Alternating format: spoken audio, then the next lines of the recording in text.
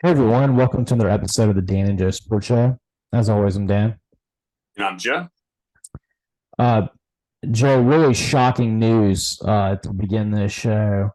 Of course, we talk about tennis a lot in here because I like to play it a lot, and my favorite player is Rafael Nadal, who we know is getting towards the twilight of his career. Every time he wins a major now, it's a real story because just of how long he's been doing it, and of course, adding on to his record of most majors ever. Right now, he's got a two-major lead over Novak Djokovic. Well, we've seen the last couple majors he's been getting injured and not quite looking himself. I really came off to a tee tonight when he lost in straight sets, three sets in a row to the number 135th ranked player in the world, Mackenzie McDonald. Who I guess at least good news for us American tennis fans. He is an American man beating Nadal, which I don't even know if that's ever happened before. It may have, but especially not in a moment like this. Maybe he's a tennis player to watch in the future, but the negative side of me says this is more about Nadal maybe having his body finally catching up with him. Yeah, that's true, Dan. It may very well be the case. And just a shocking development with that result. And then kind of my thought is, where does he go from there? Especially, not only just the longevity of his career going forward, but also he has to wait several months to the next, to the French Open. Absolutely. I mean, I kind of thought that him winning the French Open again last year, especially beating Djokovic, was kind of like a good send off for him. I mean, in my mind, I don't think he could have done it any better than that. And in my mind, even with as dominant as Nadal has been at the French Open, this kind of result would suggest to me that I would favor Djokovic in any match that happens there. Mm-hmm. I could see that. But we'll see. I mean, maybe this is just a blip on the radar for Nadal. I know that he was having some injury concerns. Maybe it's something he can get through one more time to have his last moment at Roland Garros. But if he never wins one again, he's still the greatest in my eyes. Well, he will have some time. I kind of look at it maybe as a negative, but it also could be a positive to have some time to kind of refresh for the next, big tournament. Well, that's a good point too, Joe. I mean, beating Djokovic at the Australian Open is almost the same degree of difficulty as it is beating Nadal at Roland Garros. Djokovic is going for his 10th Australian Open title this time, and I think Nadal's what 12 or I think it's 14 that he's got at Roland Garros. So the next best thing is Djokovic in Melbourne. Wow. Yeah, that's crazy. Going for 10 Australian Opens. It is. Well, he's definitely got the land cleared a little bit for him now with Mackenzie McDonald taking out Nadal. Absolutely.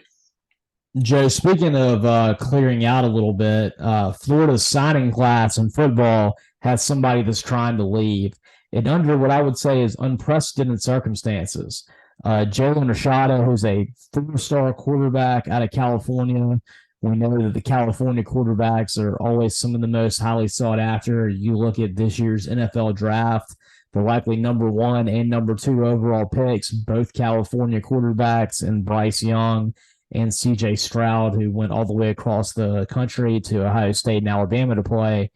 Rashad is not quite in the same ilk as them, at least according to the recruiting services. He is a four-star and not a consensus five-star like they were. But somebody at Florida thought him highly enough that their collective put together apparently a 4-year deal for $13 million. And this was the reason that Rashada, who had been committed to Miami, backed off of the Hurricanes and their collective, which we know has been putting out big money. Hence their 5-7 record last year, yet number 4 overall recruiting class this year. And he's about to sign with Florida, but he decides to get out because apparently the people that pledged this money are not actually going to put the money up, and apparently this didn't sit too well with him. Yeah, that's right, Dan. And just a lot of, I think, potential implications with this story. First and foremost, just everybody's been so secretive in a lot of schools about not letting a lot of these dollar figures out in the public sphere. And so suddenly, you have the discussion about somebody, with potential, offer for an NIL. and the fact, that it didn't happen. And so it becomes public. And I wonder, other players currently at Florida and other schools, they start hearing the public outcry over some of these offers, and suddenly they're wanting more money. And so I think just a lot of implications here. Yeah, there is. And I mean, I think another issue is too is that a lot of these people that want to put money into it are going to be worried that they have to put their money in all the time, or they're going to lose these players. And it might deter a little bit of some of the donations and shrink the size of some of these collectives because, I mean, $13 million, I don't know if it was coming from one individual, if it was coming from a lot of different ones. But, that's the thing about these things. They're ran on pledges. You pledge to a university. You hadn't necessarily given the money yet. I heard earlier today that there was a similar situation at Oregon, who, of course, their main booster is Phil Knight, who runs Nike. And apparently there had been some outcry in Oregon, which, admittedly is a little bit more of a, it's more of a blue state. There have been word about the kind of conditions that they had in the factories that Nike has in China. And a lot of the Oregon students and their university spoke out against it. And Phil Knight was going to give something like $60 million to build a new athletic, a new athletic facility there. And they said they didn't want his money anymore. And he's like, okay, great. I'm not going to give it to you. Oh, wow. And actually, coincidental aside, I'm actually reading Phil Knight's memoir, Shoe Dog, at the moment. Highly recommended if anybody has not read it. Okay. Oh, that is interesting. I would like to check that out. Really good. He's an interesting guy to me because he's built quite the empire. Mm-hmm. Yeah, it's really just kind of crazy how he got his start running track at Oregon, and then just coming all the way up from scratch and building that company back. I guess goes back to the 1960s. So, oh, wow. Well, yeah, I mean he's always been very good to his university, and I think when you think of a donor that fits with a university, he's one of the top three guys you think of. You think of him. You thought of the late T. Boone Pickens, I think, with Oklahoma State, and you think of Jimmy Raines with Auburn. I think those are kind of the people that are most synonymous with certain universities. Mm-hmm. I think so. But what's interesting to me, Joe, is that I think that when the numbers get out, it seems like that's always when the person doesn't get there. We have no idea what USC gave to Jordan Addison to come all the way across the country. And that was one where I felt like, everything you heard from Jordan Addison and from the coaches, it seemed like it wasn't something he really wanted to do, but they just gave him so much money that he couldn't not do it. Yeah. And on that note, I'm going to be interested to see if we ever reach a point, where all of these NIL deals are public, kind of similar to at some point the professional sports level. It's going to be interesting to see if we ever, completely reach that point. Well, here's the next question, Joe, with that story with Rashada. If you know that Florida tried to coerce him with $13 million and they didn't pay, I mean, what kind of schools are going to be able to put that level of money up, especially not for someone that is a Bryce Young or a CJ Stroud level talent, at least on the surface? Yeah, it's tough to figure. And, that seems just like such a big, substantial amount of money. Like I remember hearing, speculation that Ole Miss might have $9 or $10 million in NIL, if I'm not mistaken.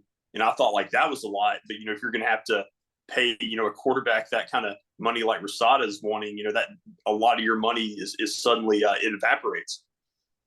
Exactly. And I mean, yet again, this is up to the whims of big time donors. I mean, if the player says something he doesn't like, if the coach does something he doesn't like, maybe they're going to take that money back. So that's the thing to watch for, is that this is not, money that's in the coffers. This is money that you got to get from people.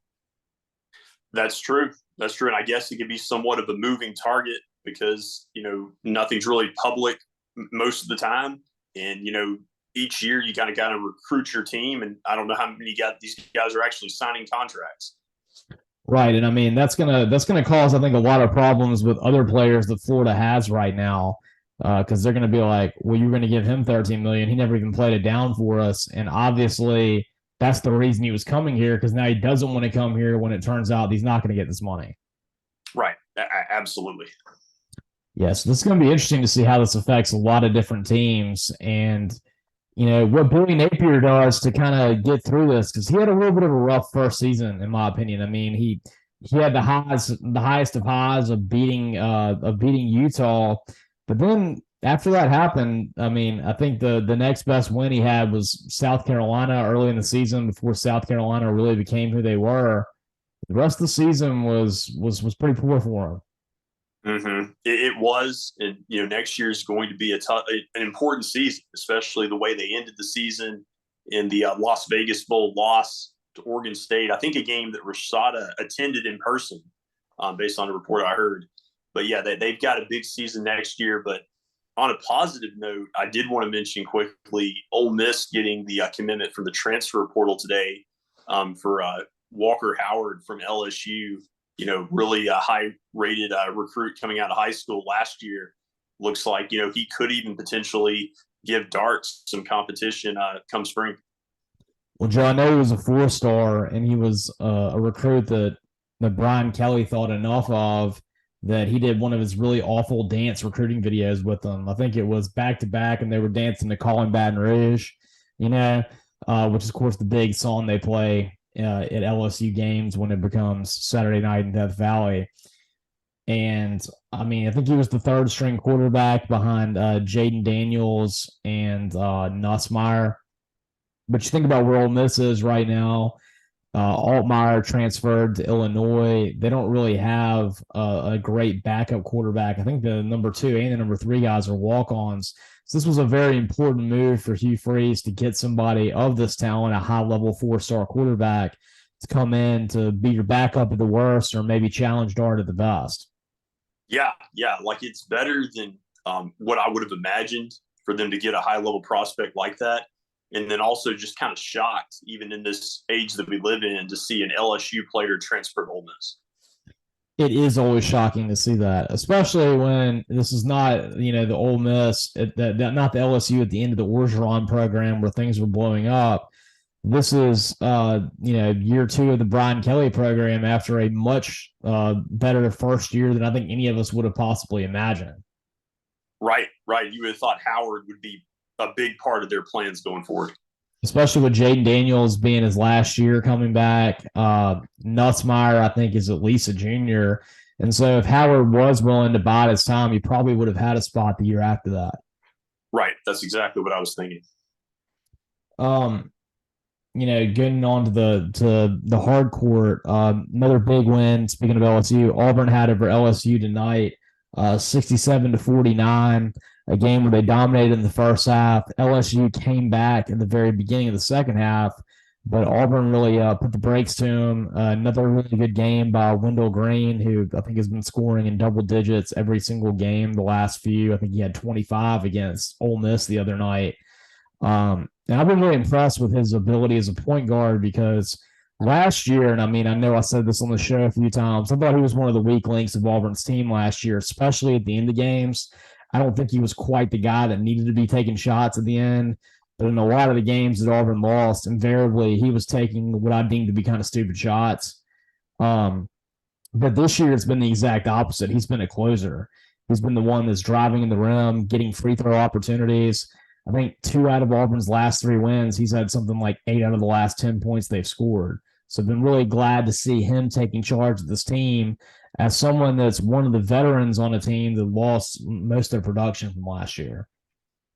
That's true. Last year, you had the strong front court. You could rebound with anybody, be physical, score inside, but the guard play was the concern. Making bad decisions sometimes in key moments. And so to be able to flip that script, that could be something that could pay dividends come March. That's right. And I mean, the best team that Auburn's had while Bruce Pearl was there was the guard team that had Bryce Harper had Jared Harper and Bryce Brown, that kind of centered that. And of course, Chuma Okeke was kind of their do everything guy. They've got a little bit of that going on this year with, of course, having your Wendell Green, who is like a Jared Harper. And then I think Alan Flanagan kind of fits a little bit of the Chuma Okeke mold. He's been someone that's been a lot of promise for Auburn for a long time, but he's gotten injured pretty much the last 3 seasons.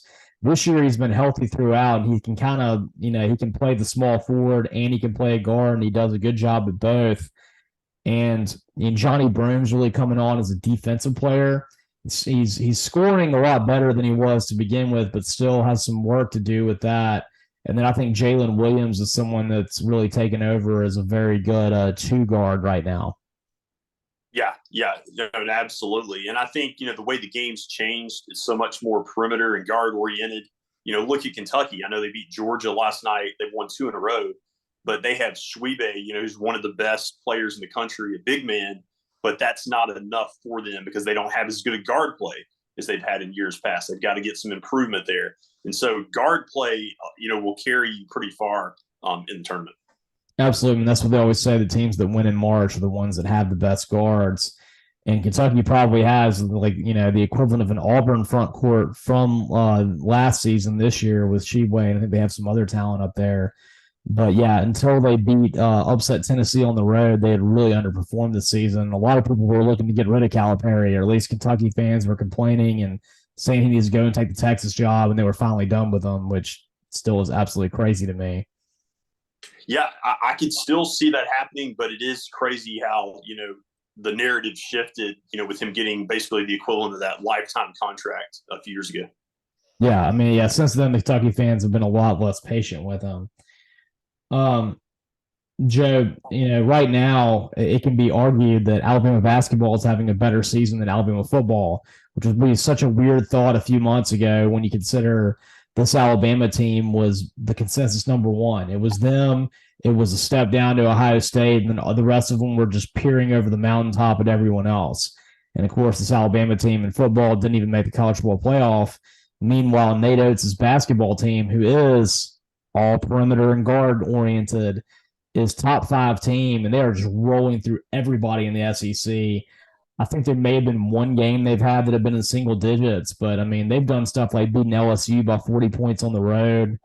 And then even with the tragic circumstance with their, with the role player Darius Miles allegedly being involved in the shooting of a young woman on the Tuscaloosa Strip, this team responded well by going out and beating Vanderbilt by 30 points. Yeah, I mean, this team just has all the talent, has all the components to cut down the nets and win the Final Four in April. And I think that you look at not only the way they're just winning convincingly against SEC opponents, but they also have the most impressive win on anybody's resume against number 1 Houston, handing them their only loss. Yeah, man, they beat back-to-back number 1 teams too. I think they beat Houston and maybe Gonzaga when they were number 1 too. There was a period there where I know they beat 2 of them. I think they played 3 of them and beat 2 number 1 teams and lost to another one. And they've been battle tested since the beginning, and so far haven't seen anybody slowing them down. It's going to be interesting to see the February 11th Auburn Alabama basketball game is going to be a much more exciting version than what we saw in the gridiron this year, because I think Auburn is up to number 16 in basketball with their big win tonight. I'm sure they're going to go up. Alabama's at 5. I think there's a very good chance it's going to be a top 10 matchup. I think so. I mean, the only thing that's going to slow up Nate Oates is, Alabama fans won't want to think about it, but if he were to flirt with the Kentucky job, if Calipari were to go to Texas. So it's a good point. I mean, it'd be interesting to see, because I know Nate Oates has been really heavy in getting Alabama a new arena, which I think they're working on, because Coleman Coliseum is still very behind the times. But this is the kind of year they could do it, and especially if they could be the team that ends Auburn's home winning streak. I think right now Auburn's got a 35-game home winning streak, which is second in the country, only to Gonzaga. And that would be the way, if you really want to get the Alabama fan base up, to end that winning streak that Auburn has at home. I think so. Well, we'll see. When we come back, we're going to talk about some of the great games that we had over the weekend, including some where some of the teams on their home field lost, including one that blew a 27-point lead and just the most ultimate choke that we've ever seen, and maybe the greatest redemption for our favorite quarterback, Sunshine. You can listen to all of our episodes on Spotify. You can follow us on Twitter at DJ Sports Show, where I was posting a lot of different things. And you can also subscribe to our YouTube channel at the Dan and Joe Sports Show YouTube channel. And as always, I'm Dan. Now, Joe.